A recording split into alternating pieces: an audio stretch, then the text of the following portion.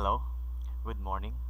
So, pag-uusapan natin ngayong araw ay another loop. Ano? Another loop. So, in the name of the for each loop. Okay? For each. Ano? So, last time pinag-usapan natin yung for loop. Ngayon, mayroon ng dagdag na each. Okay. So, ano ba pagkakaiba ng dalawa? Ano? Loops in C sharp.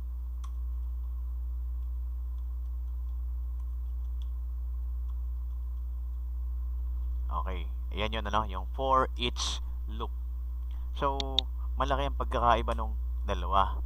In such a way that kung ang gagamitin natin ay yung for loop, ano yung ginamit natin last time, kailangan natin doon ng initial value, kailangan natin doon ng condition, at kailangan natin doon ng um, what do you call that?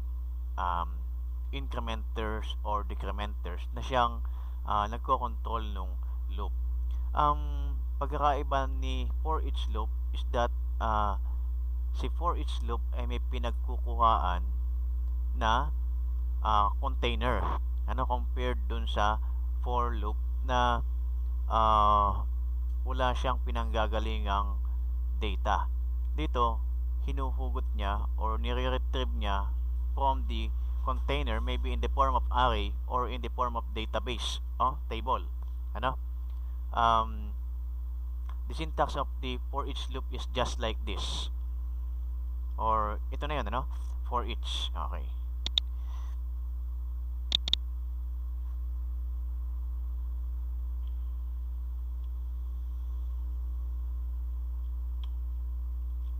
Okay. So, yung for each, tapat natin, tingnan natin kung lalabas yung kanyang ano.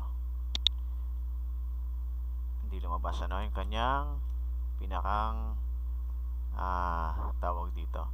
Arguments. Okay. So, yun. So, ang lumabas dito ay type and identifier are both required in a for each statement. So, kailangan daw yung type identifier. Okay, so ang syntax kasi nito is this one. Kailangan mayroon tayong tinatawag na data type dito. Or yung tinatawag nating variable. Ano? Variable type. Okay, so lagyan natin variable type. And then, yung pinakang variable name. Kasi ibig sabihin ng variable type dito, magde-declare tayo. Diba? That is variable. Variable type. So, syntax pa lang yung pinag-uusapan natin, ano? And then, the in keyword and the collection, ano?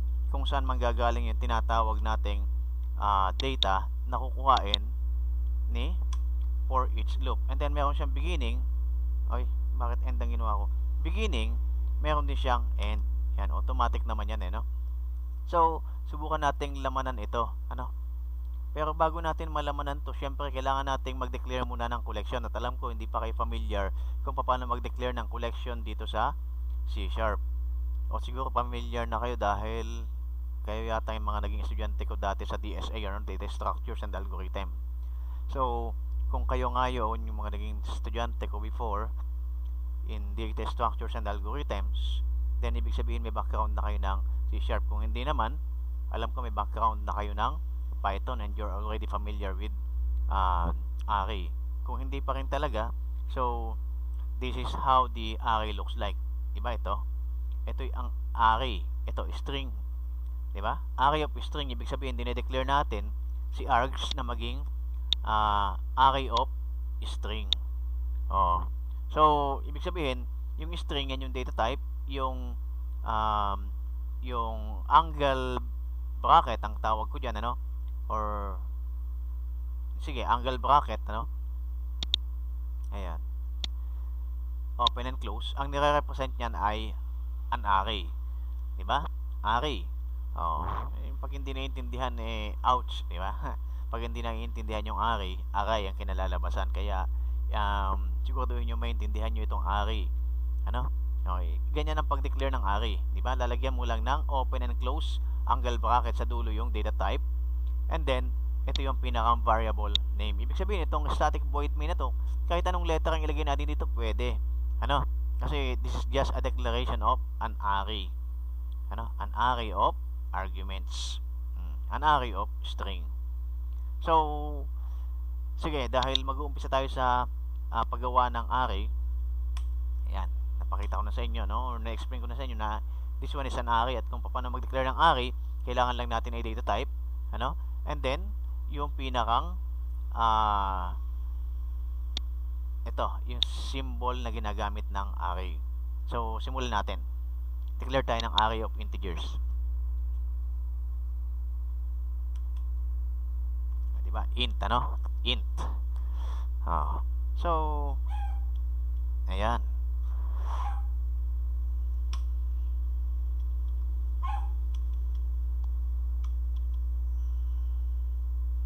Dahil magde-declare tayo ng array, kailangan nating lamanan yung mismong pinakang array. Kasi gagamitin na natin si array, diba? As collection. So, lalagyan natin ng laman si array. Yung laman ni array ay dito sa loob ng open and close curly bracket. Okay? Nasa loob siya ng open and close curly bracket.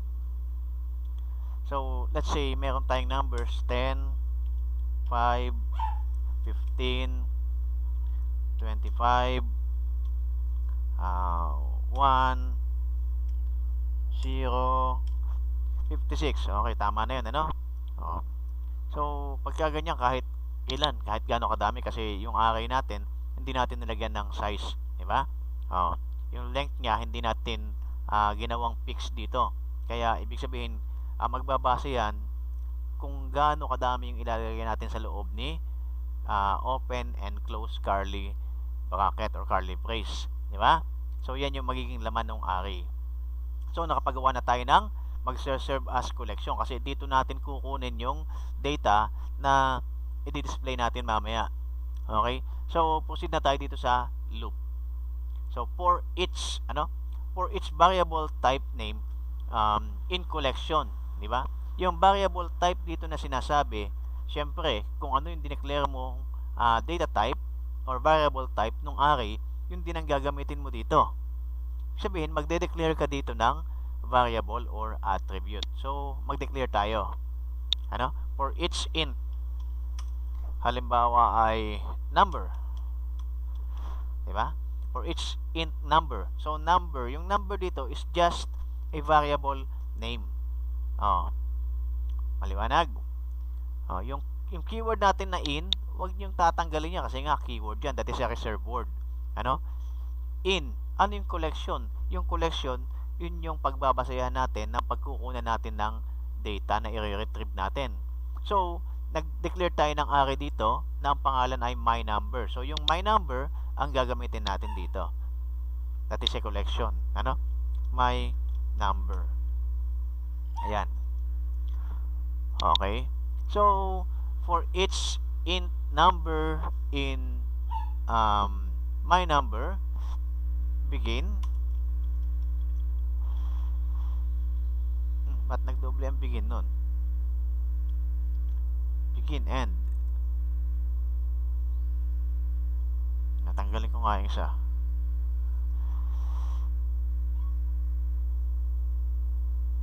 Ayun. Sobra yun eh, no? For each number in my number, gamitan ko ng simpleng right line, ano? So, console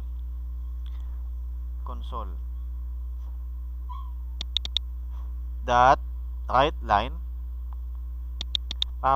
i-display lang natin, ano, yung laman ng numbers. Console dot right line, let's say the numbers.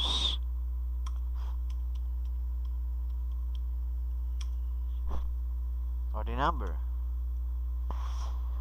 is yung number dito, that is just kasi naka-enclose siya, no, sa ang tawag dito, open and close double quote, di ba? Double quote. Open and close tuloy. So the number is, that is a string, di ba? So yung number na to ay hindi yung number na ginamit natin dito, ano? ito variable name, ito string yan. Di ba? Parang nagsusulat tayo ng sentence na the dog is barking. Di ba? Yun. Makulit yung aso na yun So, the number is, so yung panggagalingan ng number, edi, what? Edi yung number. Di ba? Plus number. Tapos, lagyan natin ng semicolon. So, ibig sabihin, kung gaano kadami yung laman ng array, ganon kadami beses mag-execute si for each, 'di ba? Mag-iterate siya ng ganong kadaming beses. So yung condition niya kung paano siya titigil nandito na sa loob ni yung content mismo ng dineclare nating collection. So kung gaano kadami 'yon, ganong kadami yung number of iterations na gagawin niya. Nakuha? So malaki pagkakaiba niya pagdating do sa for loop na kung saan ang nagko-control ay yung pinakang condition. Diba? Merong isang condition sa gitna. Diba? Yung nasa unahan, that is the initializer. Nasa gitna, that is the condition. And then nasa huli is the alam bang tawag ng palagi kong nakakalimutan yon, incrementers or decrementers na siyang nagko-control ng condition. So dito, ang control ng number of times ng iteration ay magdedepende sa ilalaman natin sa array. Okay? So, let's now try to run this program.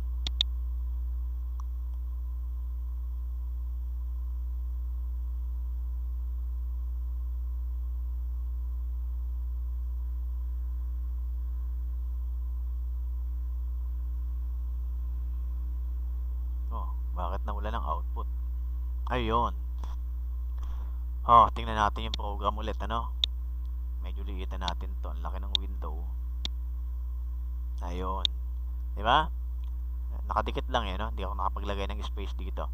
So 10, 5, 15, 25, 1, 0, and 56. So kung ano yung laman niya, yun yung display niya dito. At kusa siyang tumigil kasi hanggang dun lang sa 56. Di ba? So automatic yan. Kasi ito na mismo yung nagko-control nung number of iterations. Okay, maliwanag ba? Paano kung ibang data type naman ang gagamitin natin? So, subukan natin. Okay, i-comment ko to. I-comment ko para i-comment ko siya. Block of comments, block. So, isang buong block ang ingay ng aso. So, gagawa ako ng panibagong syempre yung panibagong container na pagbabasehan natin ng collection. So, sabi ko kanina string. So, mag-declare tayo ng string.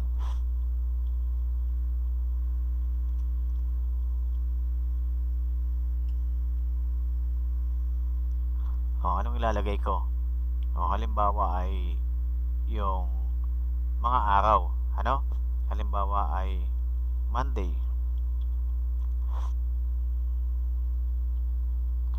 Diba? Ano pa? Tuesday. Ano pa? Wednesday.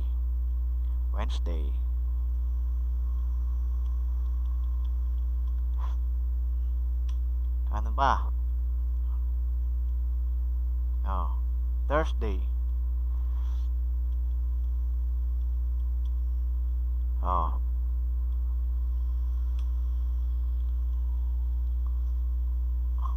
Yung iba sasabihin holiday daw yung kasunod ng Thursday. Sige, try natin yan, ano nangyari? Monday, Tuesday, Wednesday, Thursday, holiday. Ayan, pumayag na may holiday,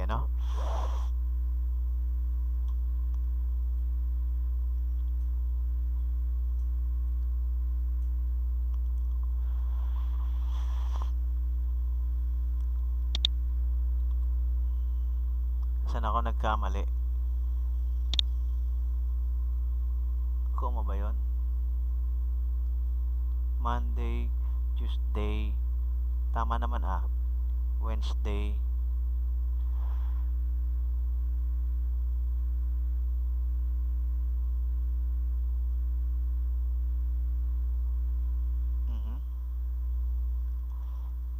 Okay. Nagkamali tayo dito. Ano? Kasi string lang ang nilagay natin. Dapat array of string. Yun. Nakalimutan. Yun. So, array of string. Di ba? Kasi kanina array of integers yung ating ginawa. Kaya, int. Yan. So, sabi ko sa inyo, pagka magde-declare ng array, yung data type, and then, lalagyan lang ng open and close angle bracket sa dulo. So, okay na yan. That is an array of string na ang pangalan niya ay S, nilaman na natin si S, ang laman niya ay Monday hanggang holiday. So, gawa na tayo ng loop, so for each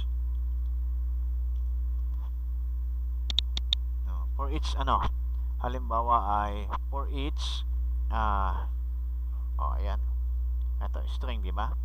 Di string ang ilalagay natin, hindi na int. For each string, halimbawa ang pangalan ng string ay my string ko yan my string in ano pagbabasayan natin? In S.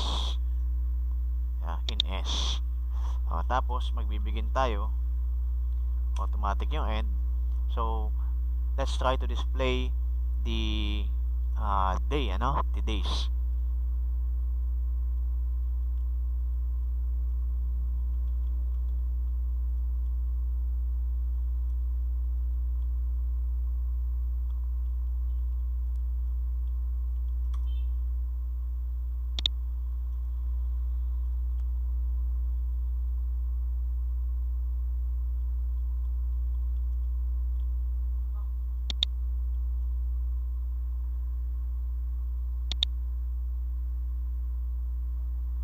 Okay, ayan. So, tingnan natin kung ano magiging output nito. So, let's try to run this program. Ito na.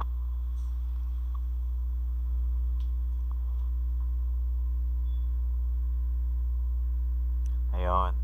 So, ang naging output niya ay today is Monday, today is Tuesday, today is Wednesday, today is Thursday, today is holiday. Yan, favorite niyan, Today is holiday. So, kung titingnan natin yung pinakang codes, ayan yan, di ba? Monday, Tuesday, Wednesday, Thursday, holiday. Okay. So, ganyan ang paggamit ng for each loop, in C#. So, that's all for this loop. Medyo humaba yung video. Puputulin ko muna. So, I hope you learned something, about this for each loop. Okay. That's it.